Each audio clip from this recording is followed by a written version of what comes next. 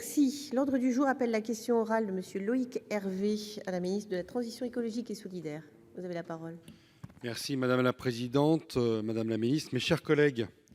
Ma question concerne la modernisation de la voie ferroviaire entre La Roche-sur-Foron et Saint-Gervais-les-Bains.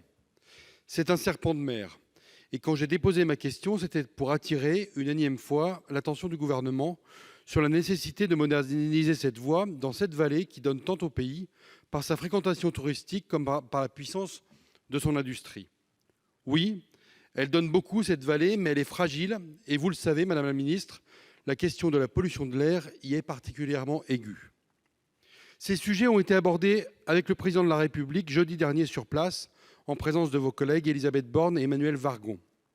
Et c'est à cette occasion qu'il a pu annoncer que l'État viendrait au financement de cette modernisation, apportant 60 millions d'euros, quand le Conseil régional et le Conseil départemental en apporteraient 50 chacun. Je vais vous le dire ici ce matin, cette décision est historique et elle laisse entrevoir la possibilité de disposer d'un vrai réseau de transport de type RER pour irriguer une vallée dense et dynamique de La Roche à Saint-Gervais en passant par Saint-Pierre-en-Faucigny, Bonneville, Marigné, Cluses, Maglan et Sallanches. Il s'agit aussi de mieux connecter vers Annemasse et Genève en donnant ainsi une vraie ampleur au Léman Express, mais aussi de mieux connecter la vallée vers Annecy, Aix-les-Bains et Chambéry.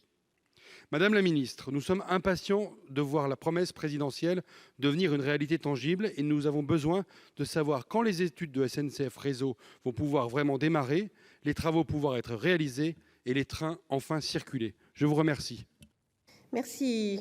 Pour vous répondre, la parole est à Madame Brune Poirson, secrétaire d'État auprès de la ministre de la Transition écologique et solidaire. Merci Madame la Présidente, Mesdames et Messieurs les sénateurs, Monsieur le Sénateur. Je me félicite comme vous de la mise en service réussie du Léman Express. Le 15 décembre dernier, ce projet inédit de réseau métropolitain transfrontalier constitue la colonne vertébrale des transports publics régionaux du bassin franco-genevois. Le Léman Express doit désormais s'étendre à tous les territoires alentours. C'est essentiel pour 3 raisons. Améliorer la desserte de la vallée de l'Arve et lui permettre de lutter contre les épisodes de pic de pollution que ce territoire connaît, favoriser le développement économique et touristique. Par ailleurs, pour atteindre un cadencement de 2 trains par heure et par sens aux heures de pointe, les études menées par SNCF Réseau ont démontré la pertinence des investissements dans l'automatisation de la signalisation et la modernisation des appareils de voie sur la ligne La Roche-sur-Foron, Saint-Gervais-les-Bains-le-Fayet. Je peux vous assurer que les études d'avant-projet relatives à cette opération seront bien financées par le redéploiement des 10 milliards d'euros. 3 milliards d'euros seront apportés par l'État dans le cadre du CPER 2015-2020 de la région Auvergne-Rhône-Alpes, dont le volet mobilité est prolongé jusqu'en 2022.